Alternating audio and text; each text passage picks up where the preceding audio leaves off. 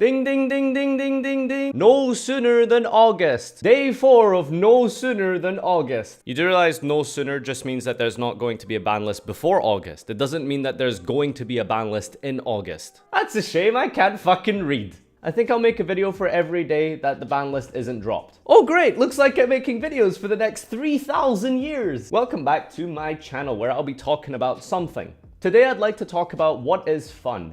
How do you define fun in Yu-Gi-Oh? What does it mean to have fun? So I asked basically what is fun in Yu-Gi-Oh? And a couple of terms and definitions came up throughout. I understand, of course, that fun can be a very subjective term, but I think from a game design perspective, it is possible to say that there will be hallmarks and running themes that the majority of the player base do gravitate towards in defining the aspect of fun in a game, especially something as generic as a card game. So some of the definitions that people brought up, and the one that stuck out the most, of course, was the concept of interactivity. Interactivity and all the different synonyms that people gave and basically tried to explain, they basically came up with the same term over and over again as a recurrent theme, was the idea that fun is defined primarily in the ability to interact with your opponent. A couple of more important points as well brought up was diversity, no bricking, slower turns, back and forth, fair matchups, and not being locked out of the game. So with these kind of definitions in mind, I'm going to be going forward with this video, breaking down each point and explaining a little bit in depth how I think that these relate to fun and what I consider to be somewhat objective fun in Yu-Gi-Oh! Before I begin, I would just like to shout out my friend Bread. This is Bread. Bread, thank you for this discussion idea. And to everyone who contributed online on Zodiac Duelist. Bread is my friend Smiley Face. You made this discussion? I made this discussion. Starting out with the biggest point that people brought up and the most important one, that is interactivity. Oh, did you open the U-Link combo and I opened no hand traps? Oh, well, let's go to game 2. That is seriously some of the testing sessions I've seen over the last couple months. We are in an interactive format currently, right?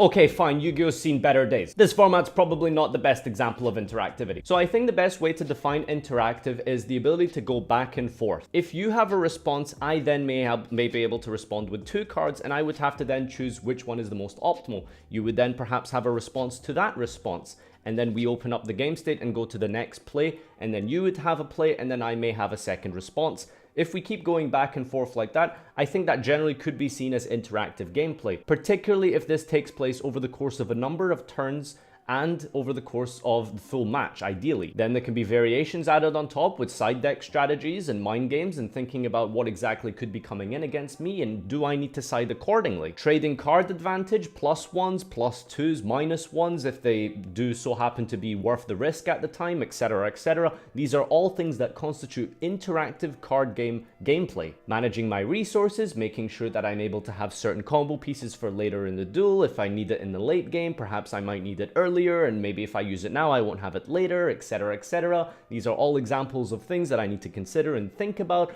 for the course of the entire duel. This is how I would consider to be fun Yu-Gi-Oh! This is how I'm trying to define interactive. The ability to think about your plays, plan ahead, consider the mid, late, early game, etc, etc. Look at my card advantage, go +1, go -1 if necessary, going back and forth with my opponent, and each of us responding to each other's cards in a fair and somewhat balanced manner without locking each other out of the game completely. I would therefore conclude that in terms of Yu-Gi-Oh, interactive is how I would define the game as fun. The second point as well would be something like no bricking. This is a little bit of a minor point and it should be very simple, but if you brick less and your deck is consistent, you're going to be having more fun. What do you mean? I love opening Garnet Brilliant Fusion. Desires into Desires, my favorite play. 4 hand traps, that's a great hand. It should go without saying that if your deck is consistent, it means that you're consistently going to have a chance at playing the game. If you have a chance at playing the game, you're therefore going to increase the likelihood and statistical chance of you having fun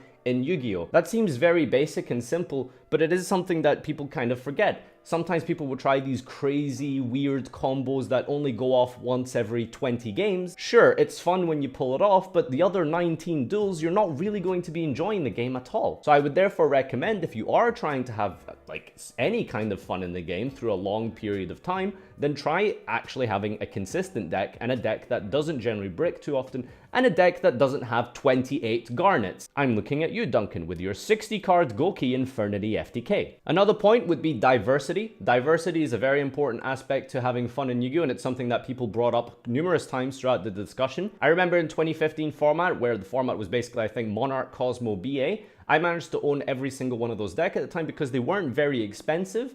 And throughout that summer was probably some of the most fun Yu-Gi-Oh! I've ever had. Not that the format was particularly amazing or anything, but the ability for me to switch it up and play a deck with a completely different playstyle than the previous deck was something very refreshing and something very enjoyable.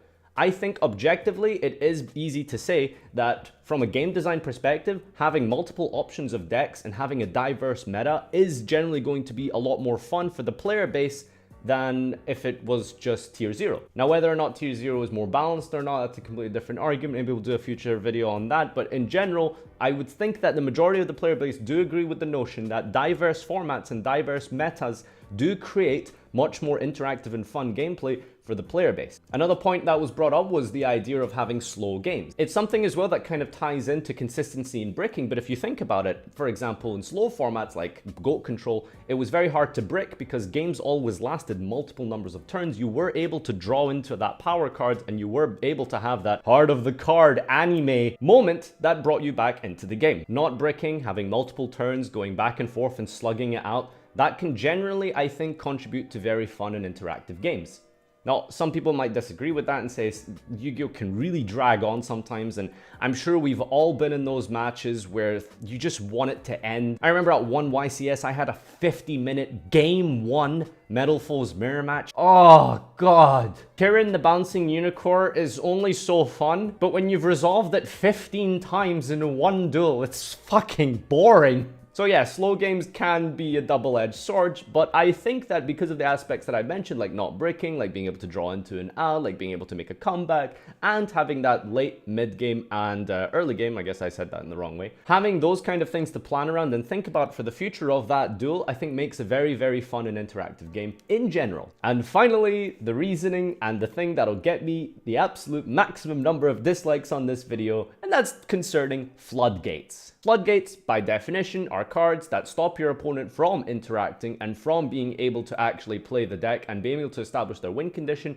and take control of the duel ahead of you. Floodgates simply say that your opponent is not able to access a major mechanic in the game of Yu-Gi-Oh! And the only way that they should be able to actually continue the duel is if they have drawn an immediate out, or they will simply die next turn or die within the next 2 or 3 turns maximum if they do not draw some kind of out. Going back to the very start of the video where we were talking about the definition of fun and defining what constitutes fun, very subjective term, but overall I think in general we can say that it is a word that should be maybe as a synonym and translated to in the terms of Yu-Gi-Oh! As interactive.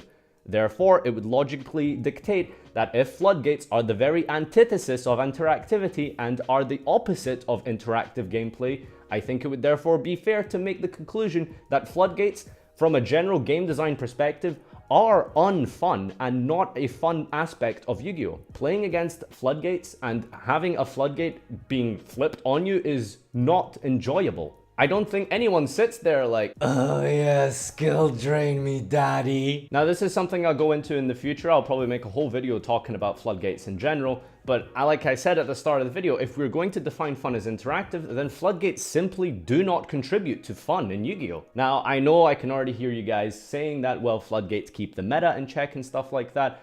That's besides the point. Whether or not they do keep the meta in check is not really relevant to discussion. I personally think they actually don't keep the meta in check, but if we are going to run with that argument and say that floodgates do keep the meta in check, I think the way to look at it would be, well, at what cost? Sure, they're keeping the meta in check, but in a very unfun and unproductive, counterintuitive manner to constituting fun gameplay. So is it really worth having floodgates in a game? Is it really worth having floodgates just because they keep the meta in check? Why not just make the meta fair? If we have a fair meta, then we don't need floodgates. Why are we still here? Big think. Well, that's all the examples that I have for my definition of fun, and if you guys agree and want to let me know how you would define fun in Yu-Gi-Oh, then please leave a comment down below. Make sure you join the Discord community, join my Twitch streams, all my social media is in the description. Click like, subscribe. My name's Jeff, and until next time, peace.